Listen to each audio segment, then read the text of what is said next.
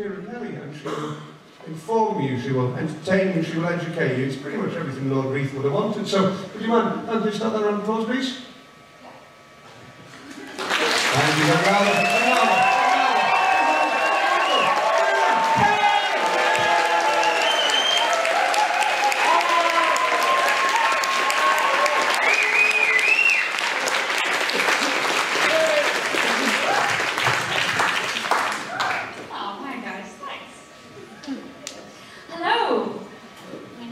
Dr. Ciara Kelly, and no, not that Dr. Ciara Kelly that does the Irish television version of Embarrassing Bodies. What I do is much more interesting than that. I'm a work psychologist, and what work psychologists do out in the wild is things like create assessment centres for graduate jobs and employee engagement surveys. And that shit's just too sexy for television. So, I am delighted to be here tonight, to see you guys, to talk to you guys. It's really, really nice to have a platform to talk about the research that I do and that my colleagues do as well. It's quite tricky if you're a work psychologist, in that we sort of share our airtime with non-academics. The kind of work that we do tends to be on, well-being at work, what makes you happy in your job, how do we make organisations more effective, and there are a lot of people who sort of feel like they're natural-born experts in that field. I do sort of think that if aliens were to come down and their only interaction with us was through LinkedIn, that they would leave with the impression that 90% of humans were born with the title, something along the lines of thought leader in human analytics for agile business solutions. I did hear a great phrase once, which was that the only reason that you have gurus in business is because it's easier to spell than charlatan. There are lots of people who do have genuinely really good insights, but it's really tricky for us to figure out sort of which ones are good insights and which ones are just people sort of telling you what you want to hear or just wanting to sell you something. One area that's really interesting at the moment is sort of forecasting the future in terms of the skills that we're going to need. Like the students I teach at the moment in university, the jobs that they might eventually end up doing might not even exist at the moment. And so they have to look around and look for cues in the environment and decide what kind of skills they need to build up. And that's really tricky. It's kind of, you've got to work out what it's worth investing your time into learning. And I think about when I was young. I think about sort of the kind of cues that I was looking at, the kind of things that I was taking in from the world around me. And I have to be brutally honest, the ability to escape quicksand is actually a skill that, while childhood television led me to believe was very important, turns out it hasn't come up more than 2 or 3 times. So, you got to be a bit critical about this sort of thing. Technology, that's the future. You think about what's going to happen with technology, how that's going to change jobs, and it's one of the really, really popular areas for sort of big headlines, like robots are going to steal our jobs. And so, all of us are kind of thinking, okay, well, how would a robot do my job? And sort of thinking, is this something that I need to make plans for? And that's part of the reason why I'm up here tonight, because I have thought about this, and I have thought that I think comedy might just be one of those safe areas. I don't think robots will be able to do comedy. I've really thought this through, guys, because think about it. Computers, they're just too PC. That's my only pun, I swear. It's an addiction punning, seriously, just not even once. It's just tears families apart. But okay,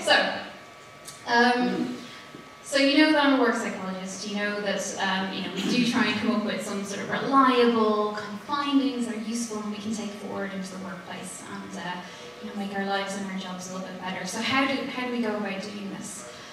We do try and make it a little bit of a science. We do our best, and we have different methods that we do this. So you might bring people into a lab and sort of do sort of simulated team exercises, or we could interview you about your job or something specific about your experience in your job. We also do a lot of surveys, and like, I know, we're all being asked to do like a million different surveys at once. There's like all areas of our lives we're being surveyed on. So, you know, the last 4 websites you visited, your employer, last night's Tinder date. It's just everybody's asking you, you know, to fill in surveys, and we know that that's asking a lot of your time. So we do try and make it, you know, make it work, do it well. And there's a little bit of a skill to it. So, I mean, we try and make it so that the questionnaires aren't too long, so you don't have death by progress bar. We also try and make it so the actual questions make sense. It's surprising how many times you get asked a completely nonsensical question. And then a new one, that's my personal pet hate, is the forced response question. So if you do the online questionnaires, you're not allowed to move on from one question to the next until you've filled them all in. Now in theory that's actually quite useful, and that it makes sure that people haven't accidentally skipped one, and you know, you get a full data set, which is quite exciting for us. No missings in this data set. And so, you know, you can understand where people are coming from, but I mean, I was once filling out a crime survey, and having answered no to the question, have you been the victim of a crime in the last 12 months, they went on to ask me, what crime were you the victim of? And obviously, forced response. And so there I am sort of thinking, okay, well, what imaginary crime will I have been the victim of? So I look down through the list, get to the bottom and think, yeah, I'm going to tick the other box. And into it I type, murder. Go big or go home, right? And so, you know, that also had the knock-on effect of making the current occupation question way more interesting.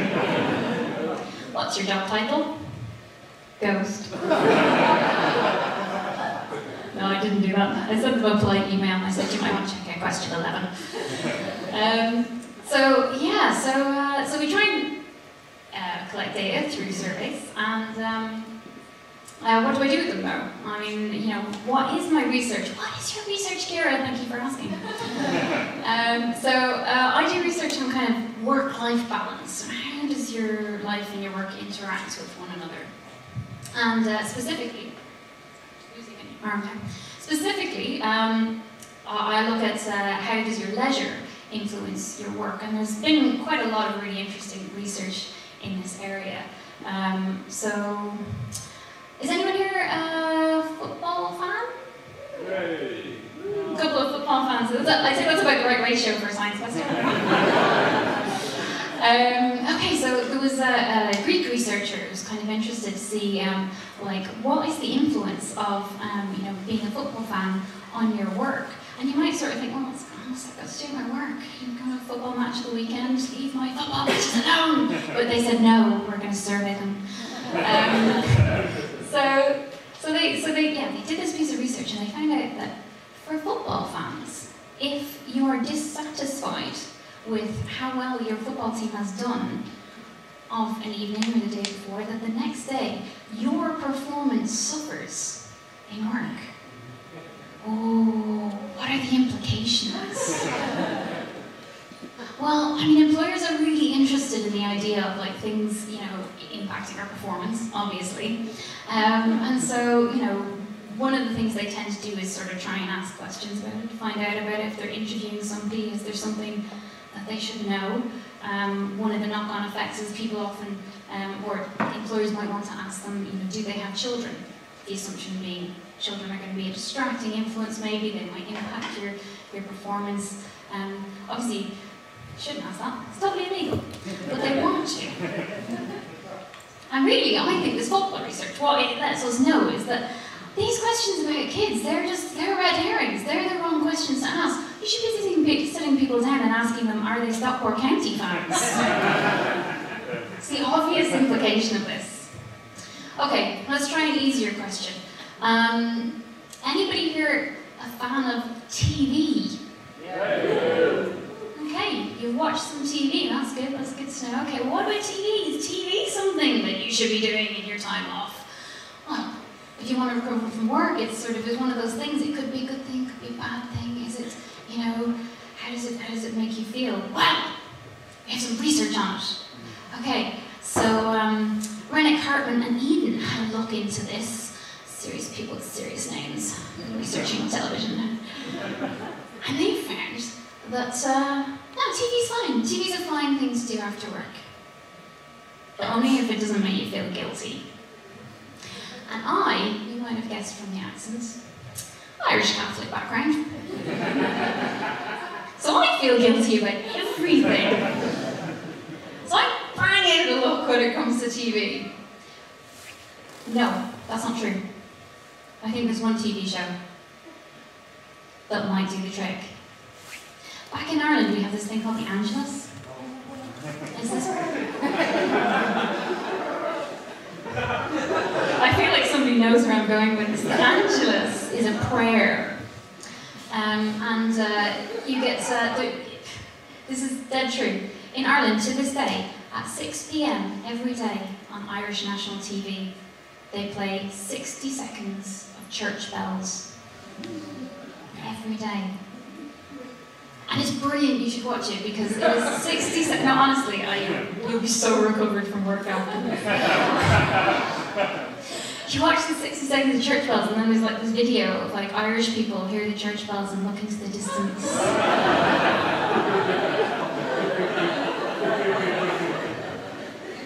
And think about Jesus. Have you heard of Pavlov's dogs?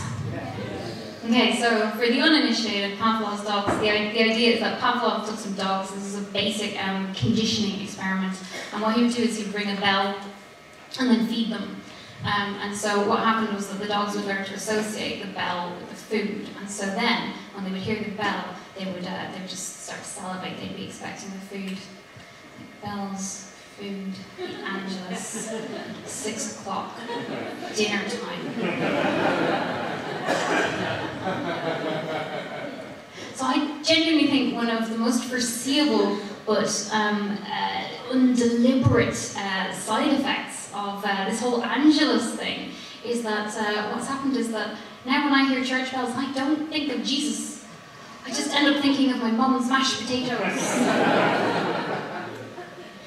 So now that, we know a little bit more about, what's going on in work and life and leisure and things to do with that, I feel like maybe we can all actually, with a bit of confidence, join LinkedIn and call ourselves a thought leader. Although it does make me think that if we're all leaders, does that just mean we're walking around in different directions? I'll leave you with that thought. I have been the non-embarrassing body, Ciara Kelly, and you have been wonderful. Thank you very much.